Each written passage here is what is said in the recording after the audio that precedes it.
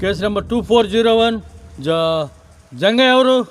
Sir నేను చెప్పు, మీ lawyer ఎవరు? లాయర్ లేరు సార్.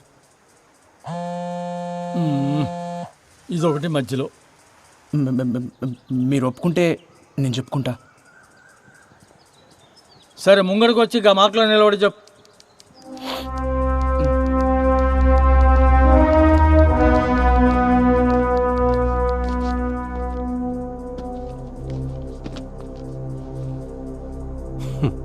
సార్ 2012 అనుకుంటా సార్, నెల్లూరు జిల్లాలో ఒక ఆయన్ని ఊరంతా కలిసి పండుడగొట్టి చెట్టు కట్టి కిరసనాయలు పోసి కాలు చంపేసిర్రు.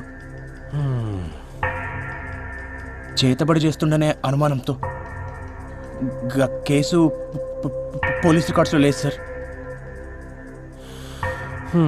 గట్లనే 2016లో సార్, గిడనే వరంగల్ పక్కన ఒక కుటుంబం మొత్తాన్ని నాటుసారా పోసి కాల్చి చంపేశారు సార్. మళ్ళదే చేతబడి చేస్తున్నానే అనుమానంతో సార్. అందులో గిద్ద పిల్లలు కూడా ఉన్నారు సార్. ఈ కేసు కూడా పోలీస్ రికార్డ్స్లో ఫైల్ కాలేదు సార్. గిసంటి కేసులని ఇప్పుడు మీకు ఇచ్చినా సార్.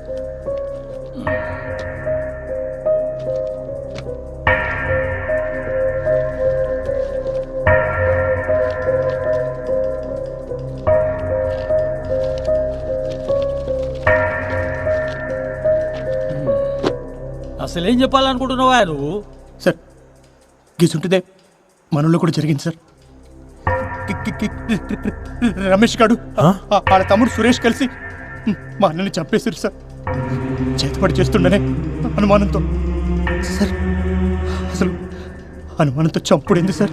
మా క్లయింట్స్ కి కొమరాయి అంటే ఎవరో తెలియదు, గసుంటిది అట్లా ఎట్లా చంపుతాడు? ఇది ఫాల్స్ ఎలిగేషన్ అవుతుంది సార్. ఎట్లయితే సార్ ఫాల్స్ ఎలిగేషన్? సార్ ఊరంతా తెలుసు సార్ చంపింది ఆడేనని. గంటెందుకు సార్, నాతో ఆడి చెప్పండి సార్ మా అన్నని చంపినా అని.